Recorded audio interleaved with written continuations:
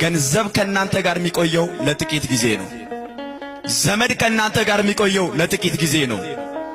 ጓደኛ ከናንተ ጋር የሚቆየው ለጥቂት ጊዜ ነው። የናንተ ጤንነት እንኳን ከናንተ ጋር የሚቆየው መቃብር እስክትገቡ ነው። ለጥቂት ጊዜ ነው። በዚህኛውም ዓለም በሚቀጥለውም ዓለም ለዘላለም የማይለየን መድኃኔ ዓለም ነው። እርሱን ነው መደገፍ ያለብን።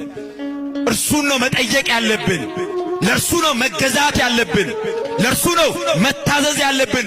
ሁል ጊዜ መከራ ቢመጣ፣ ፈተና ቢመጣ፣ ስቃይ ቢመጣ፣ ሐዘን ቢመጣ፣ ከሰማይ በታች የትኛውም ነገር በሕይወታችን ቢያጋጥመን ቶሎ ብለን ማስተዋል የሚገባን እግዚአብሔር ከኔ ጋር ነው፣ አልፈዋለሁ። ማን ከኔ ጋር ነው? መድኃኔ ዓለም ከኔ ጋር ነው፣ እሻገራለሁ። አማኑኤል ከኔ ጋር ነው፣ ድል አደርገዋለሁ ብለን ነው ማመን የሚገባን።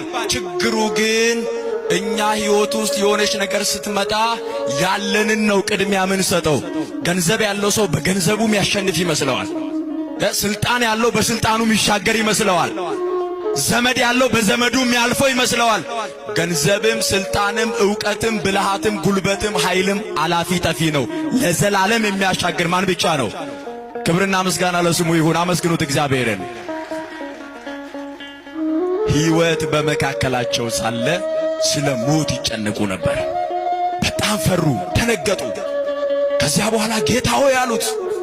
ጌታ ሆይ፣ ያው ቀኑን ሙሉ እየሰበከ ነው የዋለው። ቀኑን ሙሉ እያስተማረ ነው የዋለው። ደክሞታል፣ አንቀላፋ፣ ተኛ። ከዚያ በኋላ መጡና ጌታ ሆይ ስንጠፋ አይገድህምን? ልንሞት ነው፣ ልንጠፋ ነው። ውሃ ወደ ታንኳይቱ ሊገባ ነው። እባክህን አድነን፣ በሞትና በሕይወት መካከል ያለ ነው፣ ታደገን አሉት። መለመናቸውም አንድ ነገር ነው። እየሰማችሁ ነው አይደለ? እስኪ እንለምነው እግዚአብሔርን። አሁን መረዳት ያቃተን ትልቁ ነገር እግዚአብሔር አባታችን ነው። እግዚአብሔር ምናችን ነው?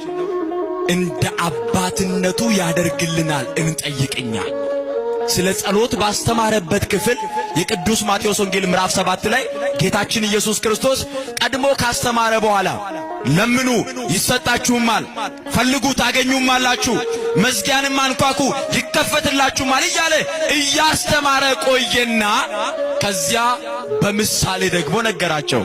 እንደዚህ አለ፣ ከእናንተ መካከል አለ ልጁ አሳ ቢለምነው ለልጁ አሳውን በመስጠት ፈንታ አሳውን